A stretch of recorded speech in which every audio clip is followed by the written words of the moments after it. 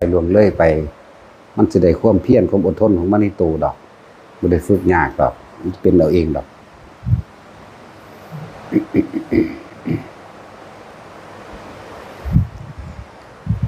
คนเฮากล้าก็เพราะความไม่รู้กล้าทำเวรกรรมบาปกรรมต่างๆก็เพราะความไม่รู้เลยว่ากล้าก็เพราะความไม่รู้กลัวก็เพราะความไม่รู้คือกันบางคนก็เคารพและศรัทธาก็เพราะความไม่รู้คือกันบางคนเคารพศรัทธาเพราะความรู้ก็มีนั่นแหละถ้าเขาฝึกหัดตนเองเข้าไปถ้ารู้แล้วกล้าก็ไม่มีกลัวก็ไม่มีเด้จักบ่ล่ะถ้าบุคคลที่รู้ท่านเท่าท่านถึงแล้วกล้าก็ไม่มีกลัวก็ไม่มีที่มีแต่เหตุและปัจจัยซื่อๆมีแต่ความสิ่งนี้ควรสิ่งนี้ไม่ควรซื่อๆอันนี้เป็นโทษอันนั้นเป็นประโยชน์ทั้งสิ้นแหละคนที่บ่ได้รับการฝึกหัดตัวเองบ่ได้รับการพิสูจน์ด้วยตนเองเคารพนับถืออีหยังก็แล้วแต่บัดนี้เคารพนับถือด้วยความกลัวจึงเคารพจึงนับถือมีความเชื่อเพราะว่ากลัวจึงเชื่อจึงเคารพจึงกระทำตามนี่แหละจังว่าถ้าเป็นธรรมะของพระพุทธเจ้าแล้วเพิ่นจึงให้เฮาอย่าเชื่อเพราะได้ยินได้ฟังสืบต่อกันมาพวกเฮาก็เลยต้องเอาตัวเองเข้ามาพิสูจน์อย่างว่าแหละเฮาบ่เคยเชื่อหยังง่าย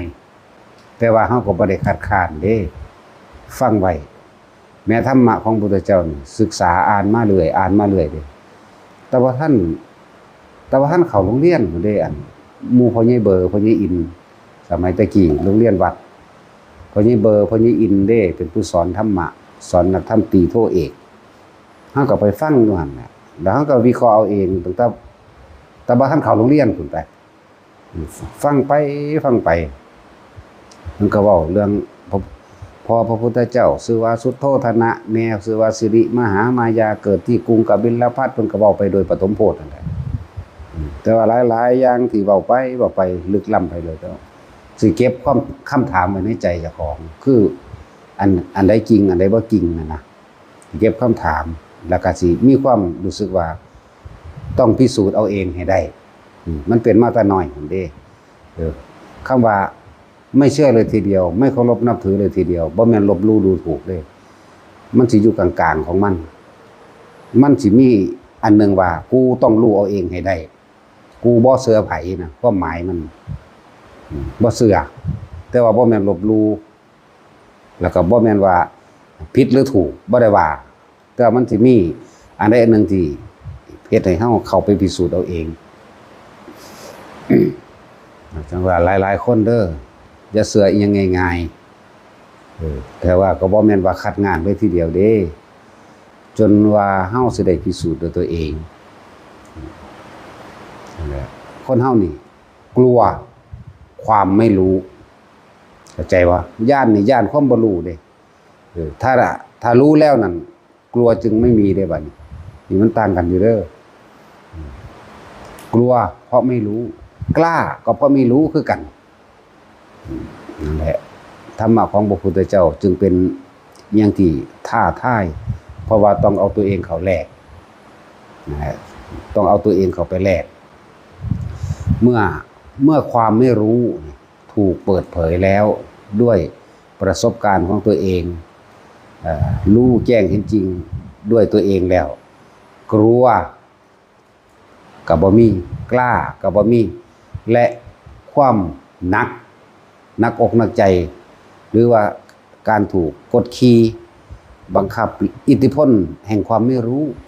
เฮ็ดให้เฮากลัวบาดถ้าเฮาเลยรู้แล้วนี่อิทธิพลทั้งนั้นหายไปบ่แบกรับของหนักต่อไปอีก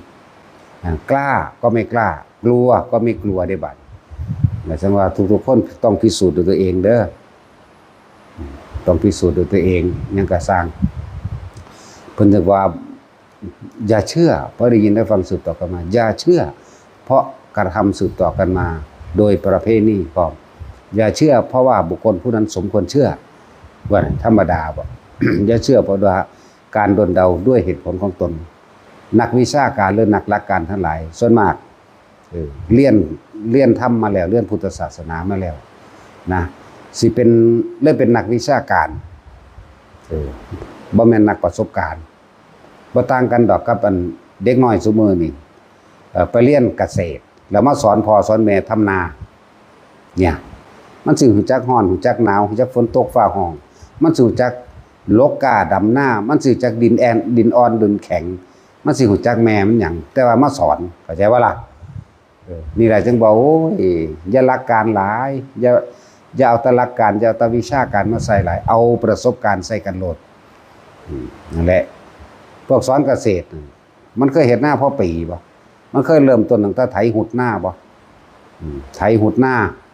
เริ่มต้นปรับหญ้าปรับดินแบบนั้นแบบนี้มันเคยรู้จักบ่มันเคยเมื่อยบ่มีไหมมันเคยปั่นคันหน้ามันเคยอัดดินมันเคยเบิ่งอันคันหน้าที่มันขาดเพราะว่างูทะลุไปก็มีหู้หนูก็มีเนาะปลาไหลทะลุไปก็มีสอดจากพุ่นสอดจากนี่มันมีประสบการณ์บางนี้บ่แต่มันสิเว้าแต่หลักวิชาการนี่แหละจังว่า อะไรเทียบให้ฟังซื่อดอกพวกจบเกษตรจังซั่นจังซี่ก็ประชุมชาวบ้านก็ละมาเว้าแต่วิชาการนั่นแหละแต่ว่าประสบการณ์มันย่างลงไปแปดเปื้อนขี้ตมน่ะมันก็เสร็จออกล่ะเนาะพวกนั้นนอนเกือกตมหมดเด้ มีประสบการณ์ยิ่งธรรมะยิ่งเป็นเรื่องที่ละเอียดอ่อนยิ่งกว่านั้นอีกบัดนี้คือจังเขาเว้าเรื่องอานาปานสติจังซี่มีเว้าหลักการอานาปานสติเป็นผู้มีสติรู้อยู่หายใจเข้ายาวก็รู้ว่ายาวหายใจออกยาวก็รู้ว่ายาวหายใจเข้าสั้นก็รู้ว่าสั้นหายใจออกสั้นก็รู้ว่าสั้นเนี่ยนี่เป็นวิชาการบัดนี้คนที่นั่งจริงๆเฮ็ดจริงๆบัดนี้พอตะนั่งลงเก็บก้นขาทับก้อนหินมันเป็นนู่นบางอันมันเป็นนู่นบางนี่ประสบการณ์นั่งลงแล้วพลิกขิ้งนั่นพลิกขิ้งทางนั้นพลิกขิ้งทางนี้นี่ประสบการณ์หินบางนี่แข็งโพดยับไปยับมาวางมือจังใดก็บ่ถนัดตีนน้ำตีนนั่นก็ยุ่มพุ่นยุ่มพี่เด้ตีนก็ได้ว่างจังใดก็บ่ดีว่างใดก็บ่ดีเด้มีประสบการณ์ส่วนพวกนั้นก็เว้าแต่หลักการนั่นแหละนะวิตกวิจารปีติสุขเอกตาเป็นผู้มีจิตที่จิตหนึ่งเรียกว่าปัทมฌานวิตกหายไปวิจารหายไปปีติเกิดขึ้นเรียกว่าปัทุติยฌานว่ะแล้วพูดเขารู้จริงนี่เขาสิละเอียดกว่านั้นได้บัดผู้เขารู้จริงเขาสิละเอียดกว่านั้นนั่งกว่าสิว่างท่าทางใดก็พอแห้งแล้วต้องอันพวกนั้นแค่เป็นผู้มีสติยังล่ะนั่งตั้งกายตรงคู่ขาเข้ามาเนี่ยเดี๋ยวสั้นเดี๋ยวบัดถ้าสิรับตาหรือลืมตานี่บ่ได้เว้าเห็นบ่บ่เว้ามีความละเอียดของประสบการณ์ความละเอียดของมันเวลาลมเข้ายาวก็รู้ยาวสั้นบางที่ก็มีคันงอกๆแงกๆนี่แหมก่อนที่ถึงหายใจทั้งที่ก็ยืดโตขึ้นมั่งก้มลงมั่งเอาจังดีพอดีบ่ว่าเอาสั่นพอดีบ่ว่านี่แหมนั่นแหละเลยบอกว่าอย่ามาวิชาการใส่หลายเด้อไผก็ดีนะคิดไม่ดีคิดอกุศลละอกุศลเลยละบางสิหน้ามันเว้าโดยวิชาการนั่นนะละเลยทิ้งเลยละนันทิละนันทินี่นะโอ้ยผู้ใดว่ามันง่ายปานนั้นละนันทินี่คำเว้านั่นแหละส่วนประสบการณ์จริงๆนะก็สินั่งได้ท่าก็สินั่งตรงได้อีกความรู้สึกน้ำแข็งน้ำขามันก็เก็บกับปวดตรงนี้ว่างบ่ดีเว้ยแล้วก็จับขาใส่แล้วก็จับขาขวาเอาท่านั้นเอาท่านี้อยู่หั่นแหละว่างมือแบบนี้ก็พอดีว่างแบบนี้พอดีเอ้าประสานมั่งว่างแบบนี้มั่งอันแบบนี้มั่งแล้วแต่เนี่ยก็สิเฮ็ดได้พอแห้งนี่คือประสบการณ์คือกันนั่นแหละกับนักวิชาการการเกษตรมาสอนรุ่นปู่ย่าตายายทำนาความจริงแล้วมันฮ้อนแดดจังมันก็แล่นขึ้นแล้วเนาะมันเคยลกกามันเคยเตะกามัดกาอยู่ว่าดินอ่อนดินแข็งบางหันมันเคยมีนี่แหละ บอกว่าพวกนักหลักการหรือนักวิชาการทั้งหลายอย่าพยายามมาแทรกแซงอย่าพยายามมาสอนพวกที่เขาเจ้าเขาป้าจริงๆเถอะว่าตัวเองบ่หูจักฮอดละนั่นทีคือหยังหูจักแต่คำเว้าเลยว่าพวกที่เป็นฆราวาสสอนธรรมเด้อถ้าจะสอนก็คือสอนไปตามหลักวิชาการตามอ่านหนังสือเวลาพระเพิ่นเว้าเรื่องนั้นเรื่องนี้ซึ่งตัวเองมันบ่มีในคำวิชาการมันจะแทรกแซงเขาเจ้าเด้อเพราะว่ามันสิกั้นตัวเองบอกไว้มันสิกั้นตัวเองนั่นแหละตัวเองยังมีผัวมีเมียอยู่นี่แหมยังหาเลี้ยงลูกเลี้ยงผัวอยู่นี่แหมเลยบอกว่าอย่าพยายามแทรกแซงอารมณ์ความรู้สึกของเขาเจ้าไม่ใช่สติคือพุทธะไม่ใช่อย่างที่ยามาวาพุทธะหรือจิตกับผู้รู้กับจิตคือสิ่งเดียวกันไม่ใช่นะจังสิจะมาแทรกแซงเด้แต่สู้แน่กิ่งสู้ป่าผัวป่าเมียมาบวชแล้วแน่นอน1,000,000%เด้ละนันทินี่มันไม่ธรรมดาเด้นั่นแหละจึงบอกของจริงมันบ่ได้อยู่จังซั่นก็จังว่าอยู่อย่าพยายามเอาวิชาการมาแทรกแซงสอนกันไปเถอะบ่เป็นหยังแต่ว่าอย่าพยายามดึงตัวบุคคลจะไปจี้ว่าคนนั้นสอนผิดคนนี้สอนถูกนะเฮาเอาความรู้จริงเด้เข้าป่ายังสั่นงองๆแงกๆย่านผียังคิดถึงผู้นั้นผู้นี้อยู่มันละได้จังใดนั่นแม่นบ่ล่ะเข้าไปในป่าซ่าบ่ต้องหาเข้าป่าดงดิบก็ได้ดอกวัดบ้านๆมันก็มีเมนอยู่แล้วมืดมาจังน้อยน่ะเข้าไปเบิ่งรู้ผู้เดียวนั่นน่ะแล้วเอาความจริงเจ้าของใส่นี่ยังคิดนั่นคิดนี่อยู่นั่นน่ะบ่ได้เข้าใจว่าล่ะนี่คือประสบการณ์แท้นี่คือละจริง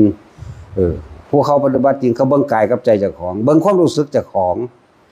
นี่คือว่ากายนี่เจ็บแข้งเจ็บขาปวดหันปวดนี่เนี่ยความรู้สึกคือใจที่มันคิดมันเป็นนั่นแหละเนี่ยจังซี่ว่าอย่าแทรกแซงโดยบุคคลเด้อบอกไว้ สติคือพุทธะสติกับผู้รู้คือสิ่งเดียวกันจังซี่อย่าแทรกแซงเด้ถ้าแน่จริงมันป่าผัวมาบวชแล้วอีนั่นก็เลยบักหาไหนก็สร้างเข้าใจว่าล่ะจะแทรกแซงเขาเจ้าเด้ภาษาธรรมะหากินเพราะว่าเอาธรรมะมาเป็นอันเครื่องเลี้ยงชีพซื่อๆเด้สูนั่นสอนธรรมะเพราะว่าเป็นเครื่องเลี้ยงชีพเด้จังซั่นหากินกับสิ่งนั้นซื่อๆเด้ก็บ่ผิดดอกต้องเฮ็ดไปเถอะต้องขายธรรมะกินผิดแน่นอนอยู่แล้วล่ะนั่นบ่ล่ะจังซั่นมาบอกไว้อย่าแทรกแซงเขาเจ้าผู้เขาเจ้ามีประสบการณ์ในป่าในดงแต่แน่จริงมันป่าผัวป่าเมียนั่นล่ะบ่อยู่จังซั่น1,000,000%คนที่ละถึงขั้นนั้นได้มันจะไปหาอนาคามีเด่นบ่ได้เอาผัวเอาเมียอีกเด้อนะคะเข้าใจว่าล่ะเนี่ยถึงตะคิดสิออกมาวัดเนี่ยโอ้ยก็คิดฮอดลูกบ่แห้งแล้วเนาะมันว่าแท็กซี่สอนไปตามในตัวเองแต่อย่าก้าวไกลผู้อื่นนะจะไปตัดสินยันว่าผู้อื่นผิดผู้อื่นถูกเด้เพราะตัวเองยังละบ่ได้แน่นอน1,000,000%อยู่แล้วฆราวาสชั้นเลิศนี่ทางบ่ค่อยก้าวไกลผู้อื่นเลยพวกฆราวาสชั้นเลิศก็ดีเด้อแม้แต่หมาเขาเจ้าก็ยังบ่ดูถูกหมดแม่งก็บ่ดูถูกอันใดเขาเจ้าสิไปกล้าว่าผู้มีภากาสัมผัสเนาะยิ่งสายที่เขาเจ้าปฏิบัติน้ำป่าน้ำดงพวกกรรมฐานแท้ๆหังบ่เป็นแต่ไป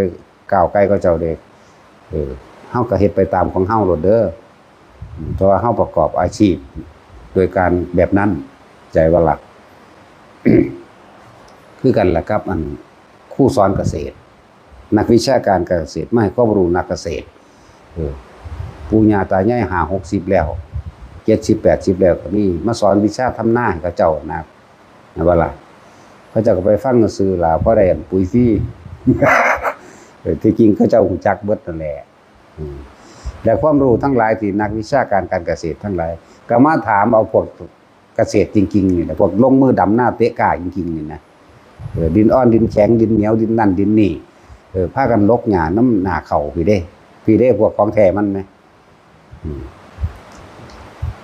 แต่อีกอย่างนึงคือพ่อกับแม่นั่นเด้เป็นผู้ขายเข่าให้เรียนเนาะเป็นผู้ขายเข่าให้เรียนปลูกผักสะปูสะป่าขายปูขายป่าส่งเจ้าเรียนนั่นแหละหลายๆอย่างมาเทียบ ฝนตกฟ้าห้องเพียงใดก็อดเอา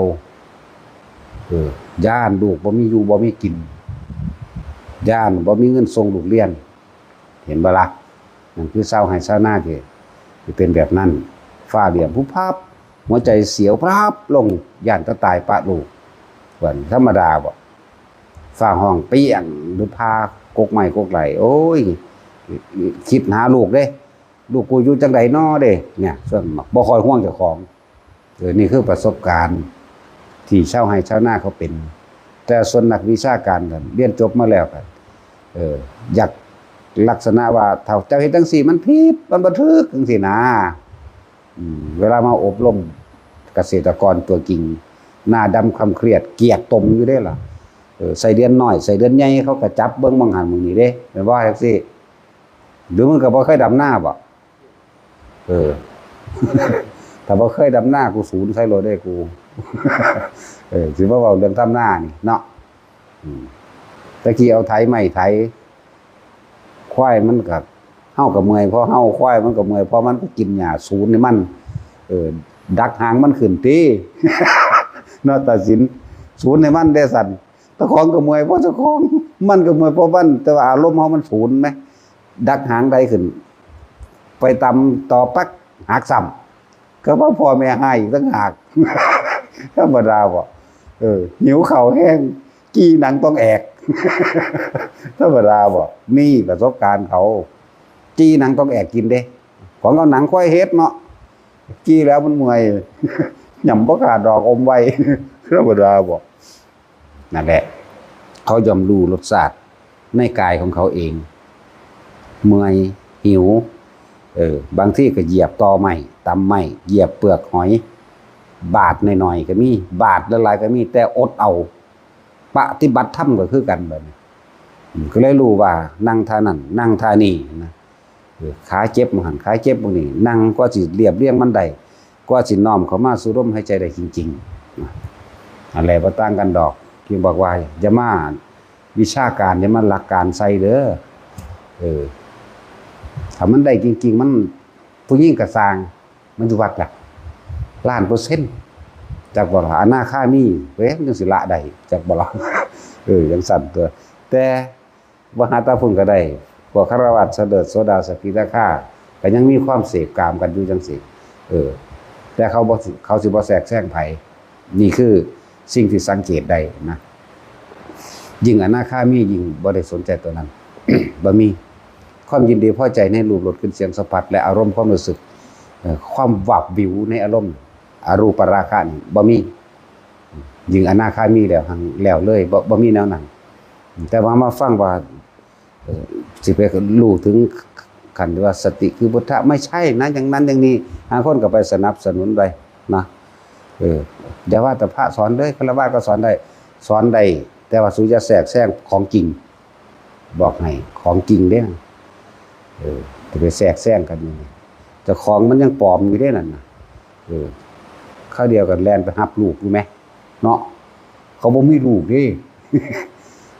เขาเดียวก็เอาใจผัวยันผัวด่าอยู่เนาะจังซั่นแล้ว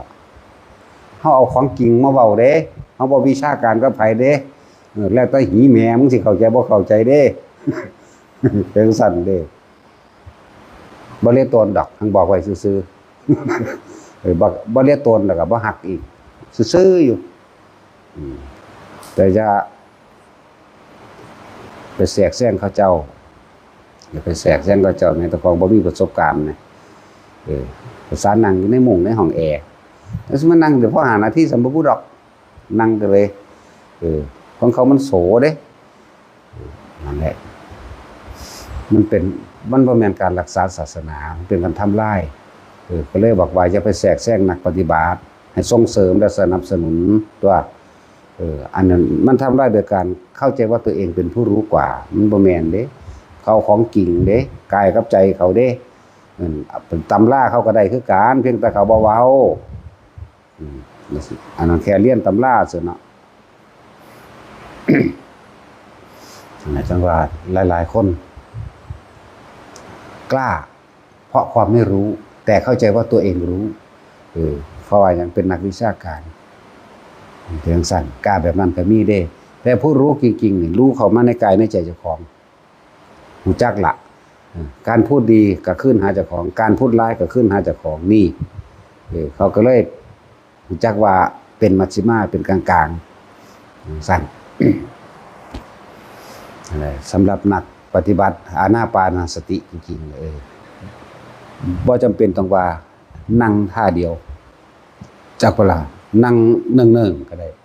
นั่งพิงฝาก็ได้พิงเก้าอี้ก็ได้นั่งเอียง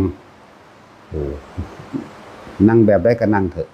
เพราะว่าเฮาสิจับเอาตัวลมหายใจเข้าออกที่ตัวเฮาสิเอาสติคือรู้ลมเข้ารู้ลมออกเมื่อรู้ลมเข้าลมออกแล้วประคองเอาไว้ในการประคองไว้จุกๆจิกๆน้ำแข้งน้ำขาน้ำตีนน้ำมือย่อมเกิดงอกๆแงกๆมันนังมีเดี๋ยวก็อยากเกาเดี๋ยวก็อยากมีเบิดนี่บ่ท่านได้แม่นถึงเข้าปฐมฌานอย่างเด่นบ่ท่านได้เข้าตอนนั้นมันต้องรู้ล่ะในแข้งในขาในพุ่นนั่นที่บางทีก็หมดกัดในขั้นในก็ปัดออกแน่นี่แหมแต่ว่าตอนหลักการหลายนะ ยิ่งว่าเฮาส่วนมากเฮาเฮ็ดบ่ได้ไผเห็นในป่าในดงพุ่นเด้ทั้งหลับตาทั้งลืมตาสลับกันไปยุ่งสั่นเวลามันนิ่งรู้ลมเข้ารู้ลมออกแล้วที่นี่อาการปิติสิเกิดขึ้นได้ว่าเนี่ยบ่แม่นว่าวิตกวิจารปีติสุขเอกคตาบ่แม่นว่าตะซ้ำนี่หนึ่งเด้เฮาเฮายังรู้ว่าปิติย่อมเกิดขึ้นแทรกซ้อนหลายอย่างบอกถึงความรู้สึกว่าอาการปิติขนหัวลุกหยาบขนคิ้งลุกหยาบนี่แหมขนคิ้งลุกขนหัวลุกวูวาบสู้ซ่ากันมาความคิดแทรกเข้ามาได้ว่าอุ้ยผีบ่เจ้ากรรมนายเวรเขาเมาหรือเขามาเอาบุญบ่สารพัดเนี่ยแหละตัวนี้ก็ขาดหายไปได้บัดจิตบ่ตั้งมั่นเริ่มไหมอยู่พอซ้ำนี่ปิติตัวไม่เกิดก็มีโยกซ้ายโยกขวาหน้าหลังก็มีโอ้ยังคิดไปเรื่อยนี่ประสบการณ์แรกๆมันเป็นสั้นต่อมาจับทางมาได้แล้วว่าปิตินั่นโดยมันมี5อย่างโดยหลักการบัดนี้ที่จริงประสบการณ์มันบ่แม่น5ที่มันหลายกว่านั้นมันจึงประคองลมเข้าเลยใส่วิธีการใช้เทคนิคจับหลักเอาอานาปานสติในระบบเทคนิคทำให้เกิดขึ้นจุดใดจุดหนึ่งแต่จับอันนี้เป็นหลักนะที่ห้าว่าจับจุดอุณาโลมเด้ออุณาโลมก็คือเอาความรู้สึกไว้ตรงกลางระหว่างหน้าผากและอุณาโลมเอาความรู้สึกนั้นบางคนก็ความรู้สึกเดียวกันนั่นแหละที่จริงนะ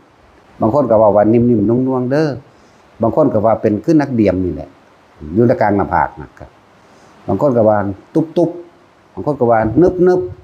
บางคนก็ว่าอยู่บางคนก็ว่าตึงนี่เป็นภาษาความรู้สึกที่สื่อออกมาโดยภาษาเบาเป็นสั้นมีตั้งหากล่ะจึงเรียกว่านี่คือจริงในกายแล้วก็จริงในความรู้สึกคือใจจึงบอกว่าถ้าอยากได้ของจริงให้เบิ่งในกายกับใจของเจ้าของเองส่วนหลักการในคณะนั่นที่เฮาอ่านที่เฮารู้มาแล้วทิ่มเฮาสิบ่นำเข้ามาเลยเด้เฮาสิอยู่ในปัจจุบันขณะคือรู้ลมเข้าออกปิติ5อย่างบัดนี้ผู้เขาฮู้แล้วมันบ่แม่น5ติหลายกว่านั้นอีก จักสิใส่ชื่อมันว่าจังได๋แหละหรือว่าอยากรู้ความจริงให้เบิ่งกายกับใจเจ้าของเด้อสตินี่มีหน้าที่ระลึกนึกถึงเด้นึกถึงหยังนึกถึงลมนี่แหละสติก็เลยรู้ลมเข้ารู้ลมออกสติก็ระลึกรู้นั่นแหละรู้หยังรู้ลมเข้ารู้ลมออกสติก็เลย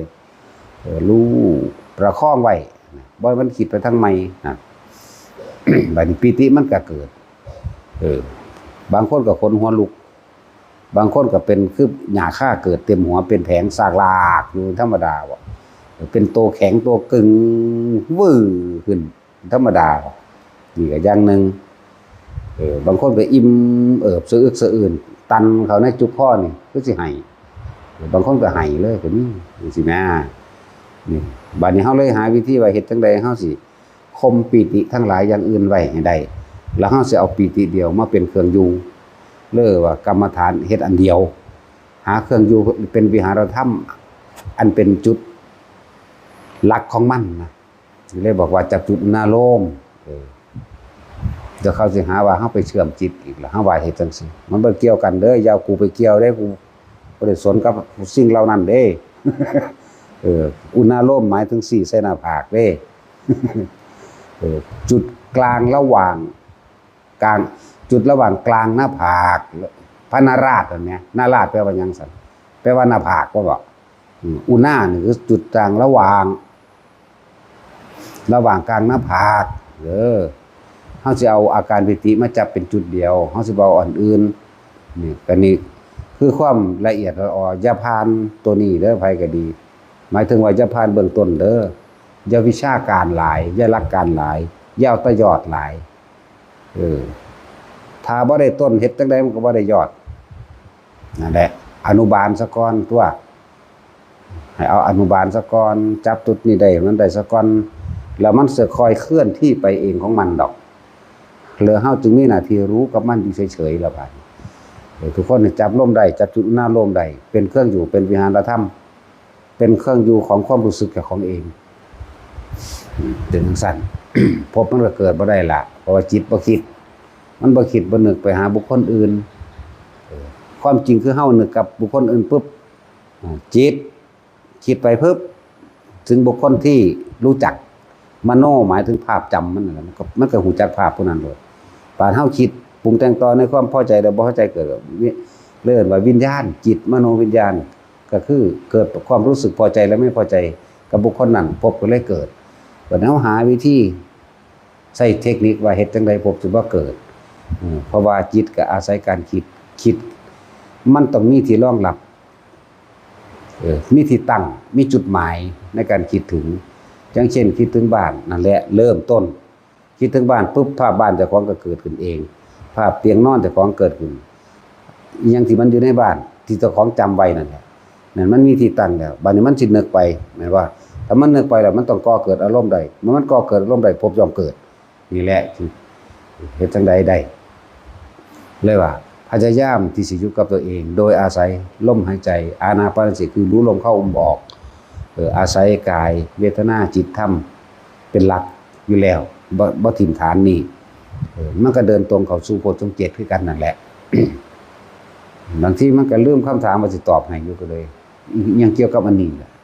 คือสิ่งเดียวกันไหมคือตอบแล้ววะเนาะตอบแล้วเด้เนาะ สติปัฏฐาน4กับโพชฌงค์7คือสิ่งเดียวกันไหมเด้เนาะ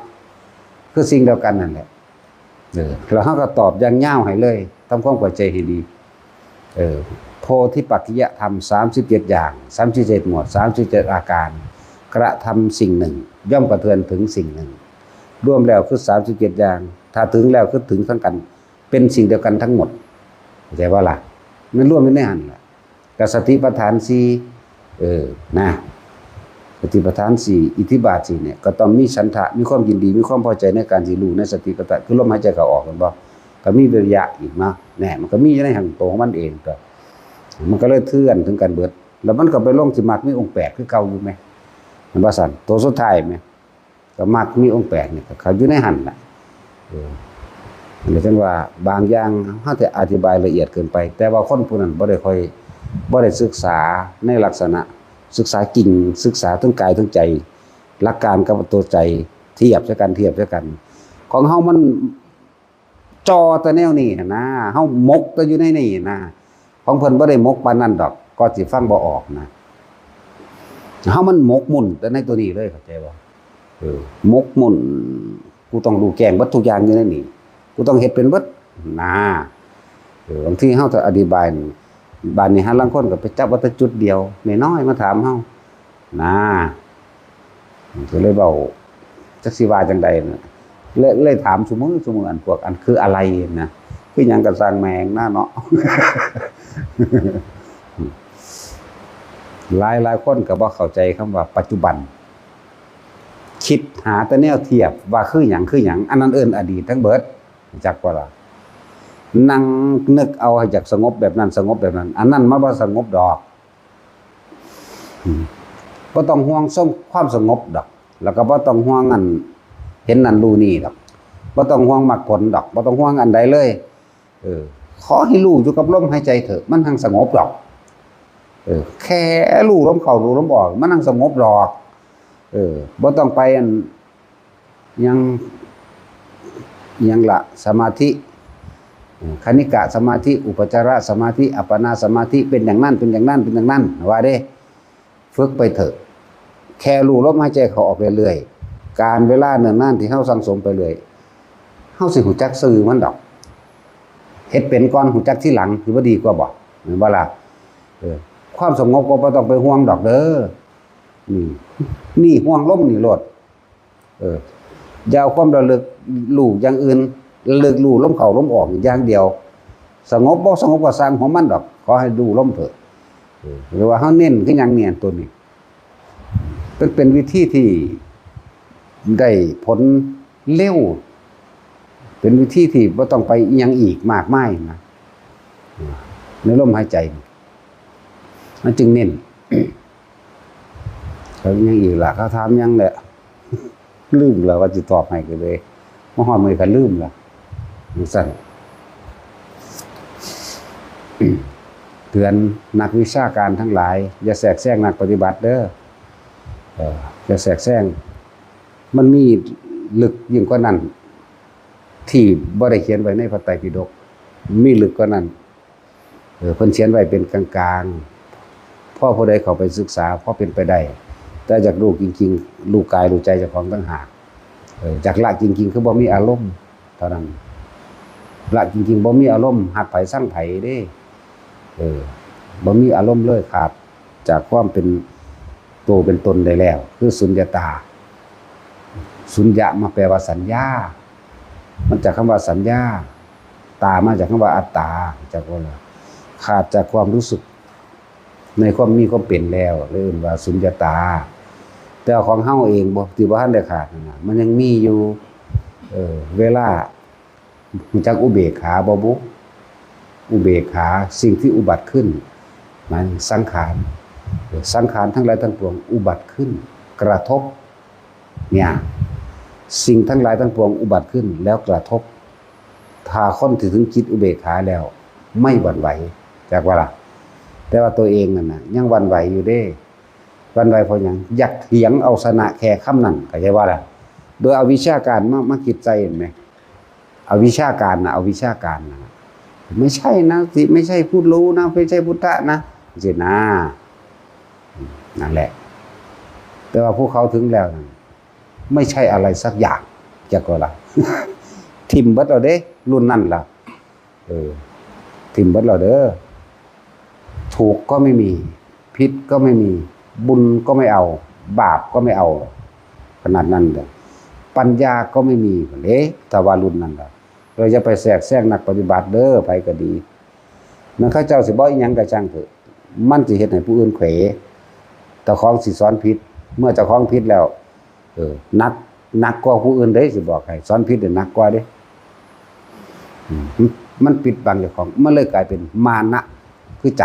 ทิฏฐิที่ฝังแน่นในความเห็นของตนเป็นใหญ่มันสิบ่ลงง่ายเด้พวกนี้พวกรู้เขาคักบ่ลงง่ายเด้รู้หยังรู้จำมันสิยืนยันความเห็นเจ้าของเป็นไงแต่ว่านักพวกนั้นแล้วบ่มีความเห็นเด้เพียงแต่ว่าแนะไปซื่อๆเด้ไม่มีความเห็นจากว่าล่ะเป็นผู้ละทิฏฐิได้แล้วเป็นผู้ข้ามความสงสัยได้แล้วเด้นั่นแหละเพิ่นก็เว้าโดยสมมุติซื่อๆดอกที่เพิ่นแสดงเราโดยสมมุติเด้อนั่นแหละว่าความละเอียดของแต่ละคนในการให้ระวังแน่ในการแสดงธรรมถ้าบ่อยากผิดเอาคือพระอานนท์โลดข้าพเจ้าได้ยินได้ฟังมาอย่างนี้บ่เอาความเห็นกับของเขาแทรกเด้เข้าใจบ่ล่ะมิตรเบาเอวามีสุตังเด้แม่นบ่ล่ะจังซั่นแหละข้าพเจ้าได้ยินได้ฟังมาอย่างนี้จักผิดจักถูกกูไม่รู้เพราะบ่ได้ตัดสินตัวนั้นมิตรว่าพระพุทธเจ้าว่าจังซี่ได้ยินได้ฟังมาแบบนี้ใส่ไว้นั่นเทศอยู่หั่นเทศอยู่หั่นเด้แต่สิไปตัดสินความคิดความรู้สึกของผู้อื่นตัดสินบ่ได้มันบ่แม่นเขาแม่นบ่ล่ะมึงฮู้ความคิดกูบ่แท็กซี่มึงอยู่นำกูบ่มึงอยู่ในความคิดกูบ่เนาะก็จังซั่นแล้วกูก็บ่ฮู้ผู้ใดคือกันเด้ ก็จังซั่นแล้วนั่นแหละ แต่ว่าเขาเจ้าก็ละความเห็นได้ทั้งเบิดแล้วบ่มีความเห็นอีกเป็นผู้บ่มีทิฏฐิแล้วจะบ่ละทิฏฐิละความเห็นก็ละความคิดนั่นแหละสิ้นคิดจะว่าอสังขตธรรมไม่คิดนึกปรุงแต่งในสิ่งทั้งหลายทั้งปวงเข้าใจบ่ล่ะแต่บอกกันบอกอยู่ดอกเขาเจ้าก็สอนอยู่สอนภาษาสมมุติก็สอนไปผู้เข้าถึงวิมุตติแล้วมันบ่มีคำเว้าดอกอันวิมุตติเม็ดหยังน่ะบ่มีดอกมันสั่นจังว่าแต่ละคนระวังคนปฏิบัติอีหลีเด้มันจังถึงได้อ่านเอามันบ่ถึงเด้อ่านเอานั่นน่ะบ่ถึงมันเฮาหันเข้ามาเบิ่งเจ้าของโลดบัดนี้ความรู้สึกแบบใดแต่ละคนยังละความอารมณ์ที่ว่าพอใจนั่นละได้หรือยังเนี่ยพอใจสิได้สิ่งนั้นสิ่งนี้พอใจที่เขาย่องพอใจอากาศดีจักว่าล่ะอากาศเย็นพอดีซ้ำนี่แหละกูพอใจเข้าใจว่าเลยฮ้อนกูก็บ่พอใจถ้าตัวถ้าเย็นก็พอใจเห็นบ่พอบ่ได้เข้าใจสิ่งนี้มีสิ่งนี้สิ่งนี้สิว่างเป็นจังไดสิว่างแบบใดนั่นแหละเวลาเขาย่องมาเด้อซั่นดีใจบ่นั่นน่ะพอใจถ้ามีดีใจมันก็มีเสียใจเวลาเขาด่ากันเนาะขอเขาเจ้าละความเห็นละทิฏฐิเขาเจ้าบ่นำความคิดเด้แต่ว่าเขาเจ้ารู้อยู่ว่าด่าว่าย่องว่าฮ้อนว่าหนาวแบบนั้นว่าแต่ละคนเบิ่งความรู้สึกเจ้าของทั้งเบิดนี่ละความรู้สึกนั่นแหละเทศมาเท่าไรก็สั่งถึงใน 84,000 ธรรมขันธ์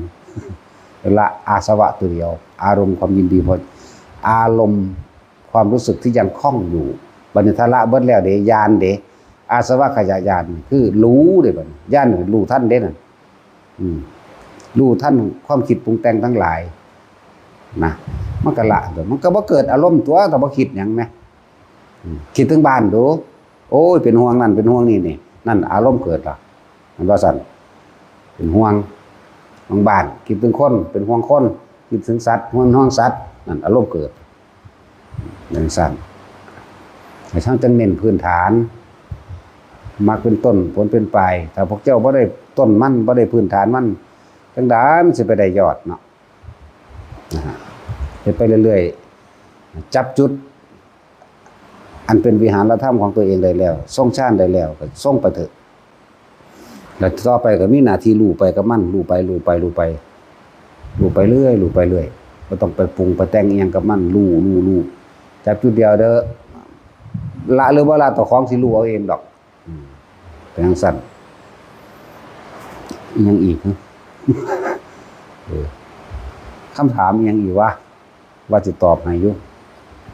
อีหยังล่ะอันเรื่องเกี่ยวกับว่าทำบุญถ้ามาบ่ได้ให้เฮ็ดจังใดแสดงว่าผู้นั้นก็บ่ฟังเฮาประจำนานๆฟังทีนึงแล้วก็จะมาจับจุดเอาซื่อ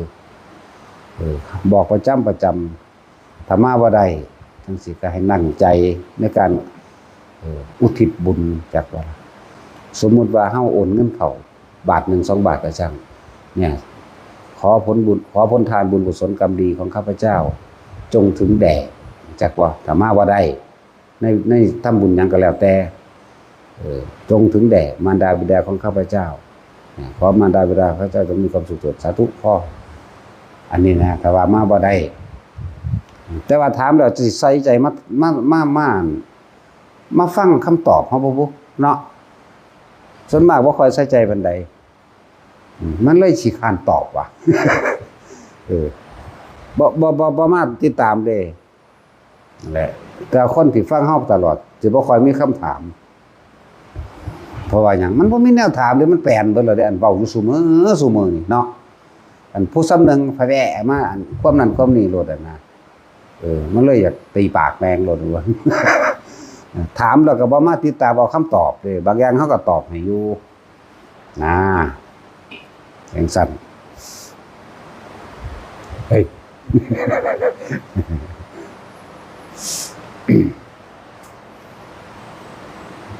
หลายอย่างอยู่ที่คนทั้งหลายบ่ท่านได้เข้าถึงตัวเองนะเพราะได้อยากรู้จักตัวเองเพราะได้อยากละนั่นที่ใดไปอยู่ผู้เดียวเด้ออยู่ผู้เดียวขึ้นผู้นี่ก็ได้ไปผู้เดียวถ้ายังคิดเรื่องผีอยู่ก็ละหยังบ่ทันได้ล่ะ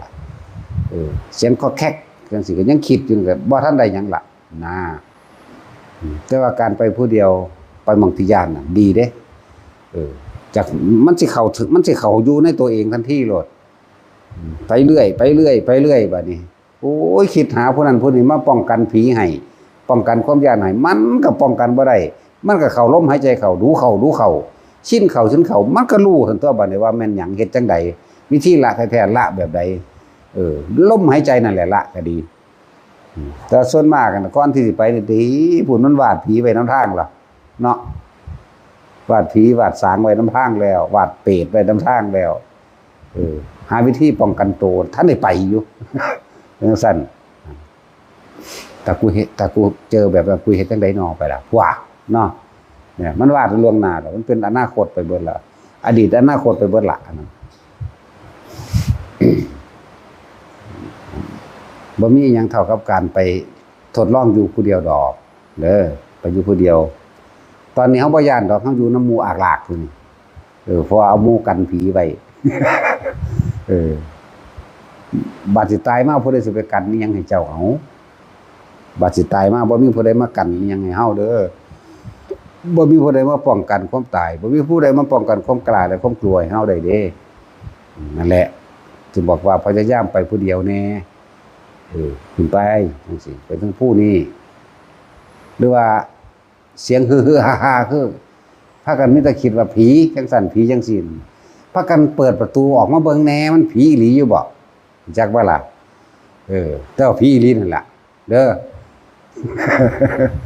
แต่ว่ากับผีอีหลีเด้อมาเบิ่งให้มันเต็มตาจะสงสัยหลายเสียงผู้นั้นเว้าเสียงผู้นี้ให้จังซี่เปิดประตูพัวออกมาไปเบิ่งโลดไปหยัง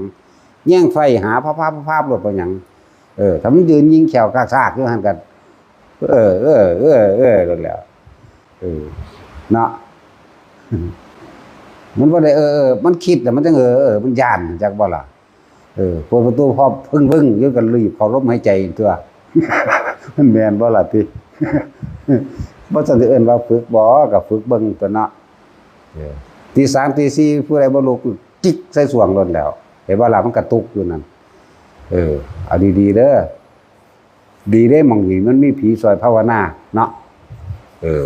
ให้เด้อก็ให้อ้อมวัดเด้อไปเลยบ่แม่นหัวเราะดอกนี่ให้คือเจ็บคือปวดเด้นะพ่อจะว่าพวกนั้น